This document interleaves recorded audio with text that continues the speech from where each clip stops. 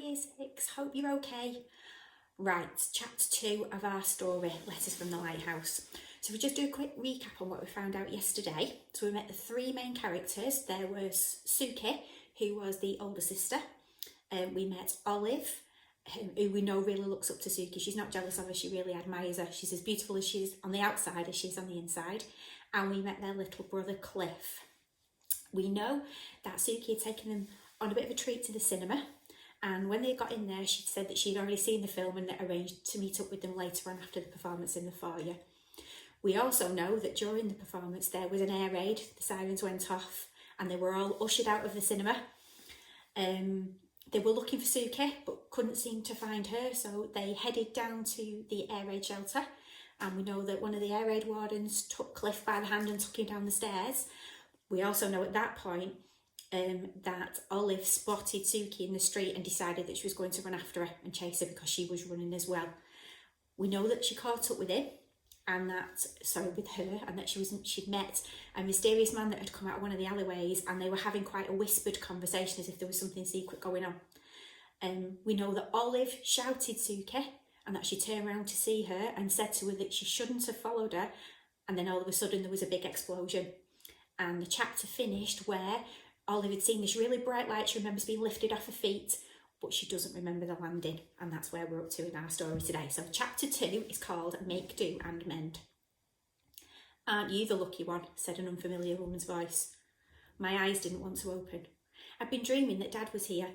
He was standing at the end of the bed, resting his elbows on the bed frame, about to wish me, "Nighty-night, old girl," like he always did. I was desperate for him to stay so I could hear those words, because I was sure then I'd be able to sleep right through the night again. "Shh, you'll scare Dad away," I said to the woman who was talking. She was jolly insistent though. "Come on, dearie, wake up." She shook me, just once, and suddenly everything hurt, from my toes all the way to my back teeth. The disinfectant smell was unmistakable.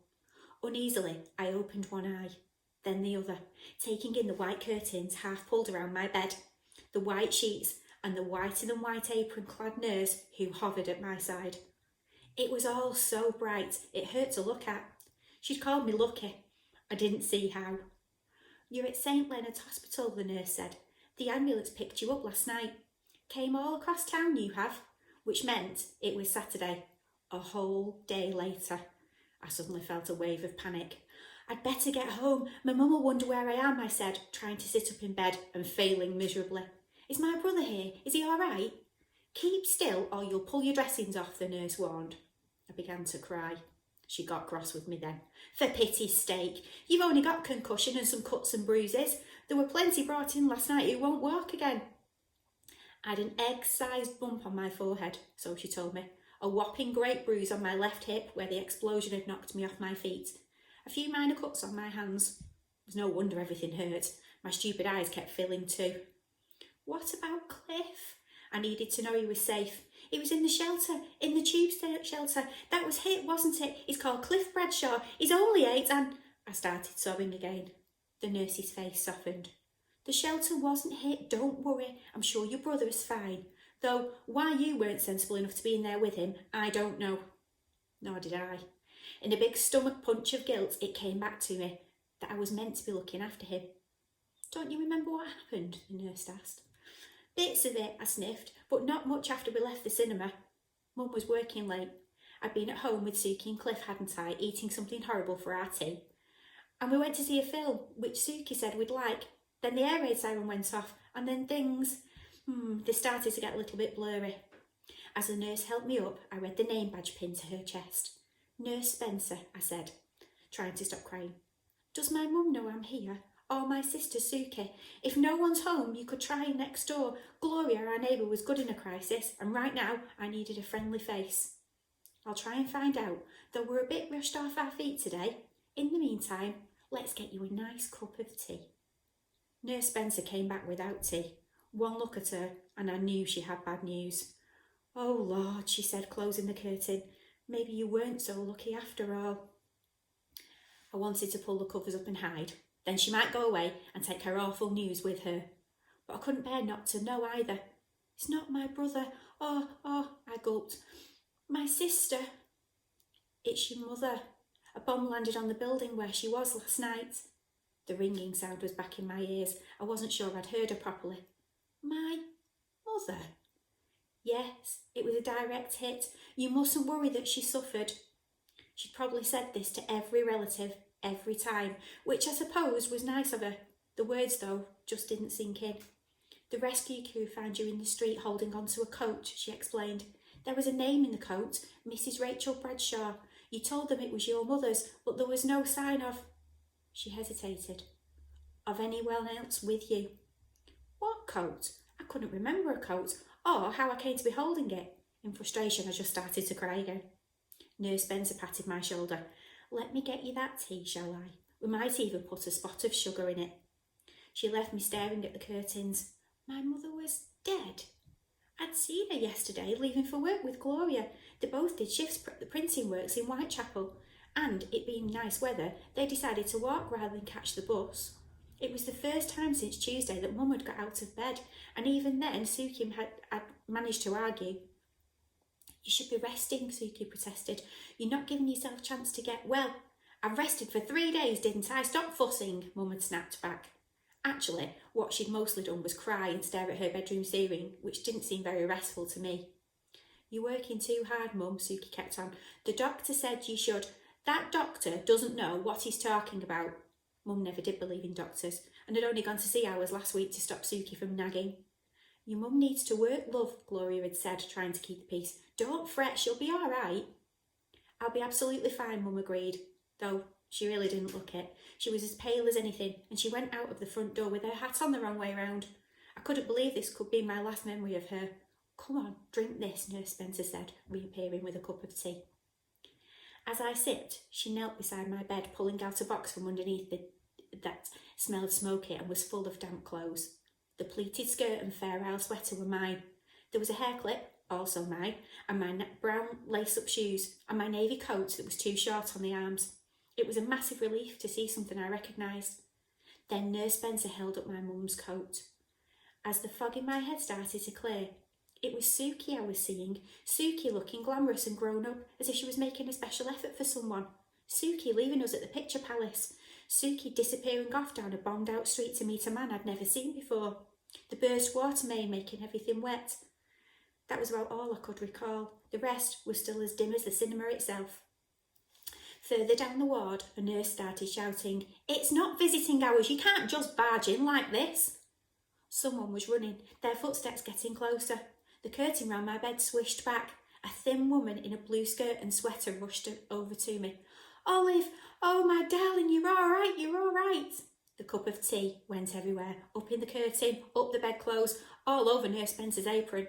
A second nurse bustled into the fray. "That's no way to carry on," she cried. "This poor kid is injured." Yet the woman with her arms round me didn't let go. She smelled so strongly of home, I thought I was dreaming again. "Are you a ghost?" I said, staring up at her. "Or just some woman that looks like my mum?" The woman was crying and laughing at the same time. "You silly child." It was funny because she wrinkled her nose just like Mum, and she had the same chipped front tooth. "What on earth are you playing at going out in an air raid?" She even sounded like Mum. I glanced at Nurse Spencer, who raised her hands in disbelief. "The notes that came in with your daughter, Mrs. Bradshaw, they must have made a mistake." She shook her head at the other nurse, who backed silently away. So the woman who looked like Mum was Mum. It was all a bit much. My head started to throb, so I shut my eyes. "Olive," Mum said, stroking my fringe, "I need you to listen to me, and I need you to be brave." Opening my eyes again, I swallowed nervously. "What's happened?" "Your sister didn't arrive at work today." Suki was a typist for an insurance company in Clerkenwell. She said it was the dullest job ever. "Isn't today Saturday, though?" I asked. "She was due in to do overtime. No one's seen her since she was with you and Cliff last night." "She's missing." "Missing?" Didn't understand. Mum nodded. The nurse added rather unhelpfully, "We've had casualties from all over London. It's been total chaos. All you can do is just keep hoping for the best." It was obvious what she meant. I glanced at Mum, who always took the opposite view in any argument. But she stayed silent. Her hands, though, were trembling. "Missing isn't the same as dead," I pointed out. Mum grimaced. That's true, and I've spoken to the War Office. Suki's name isn't on their list of dead or injured, but... So, she's alive then. She must be. I saw her in the street talking to a man, I said. When she realised I'd followed her, she was really furious about it.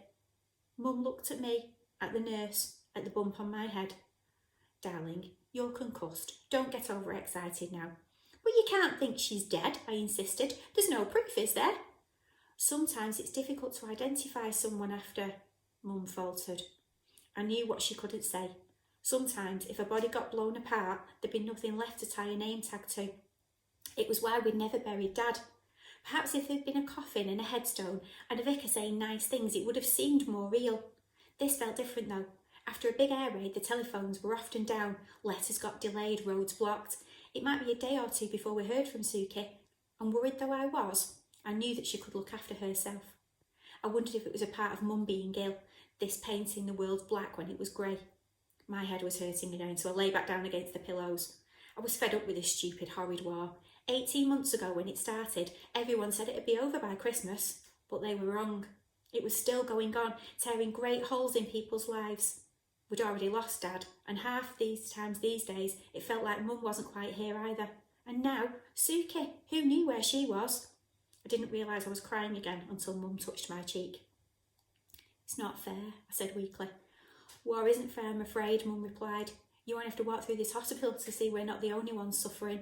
That's just the tip of the iceberg, believe me. There's plenty worse going on in Europe. I remembered Suki mentioning this too. She'd got really upset when she told me the awful things happening to people that Hitler didn't like. She was in the kitchen chopping onions at the time, so I wasn't aware she was crying properly. What sorts of awful things? I'd asked her. Food shortages, people being driven from their homes. Suki took a deep breath as if the list was really long. People being attacked for no reason or sent no one knows where. Jewish people in particular. They're made to wear yellow stars so everyone knows they're Jews, and then barred from shops and schools and even parts of the towns where they live. It's heartbreaking to think that we can't do anything about it. People threatened by soldiers, people queuing for food with stars on their coats. It was what I'd seen on last night's newsreel at the cinema. My murky brain could just about remember those dismal scenes, and it made me even more angry how I hated this lousy war. I didn't know what I could do about it, a 13-year-old girl with a bump on her head. Yet, thinking there might be something made me feel a tiny bit better. My mind drifted back to my sister and how I'd seen her with that strange man. Does Suki have a boyfriend? I asked. How should I know? Mum answered irritably. She never tells me anything. Okay, leave it there for today and I'll see you again tomorrow. Bye.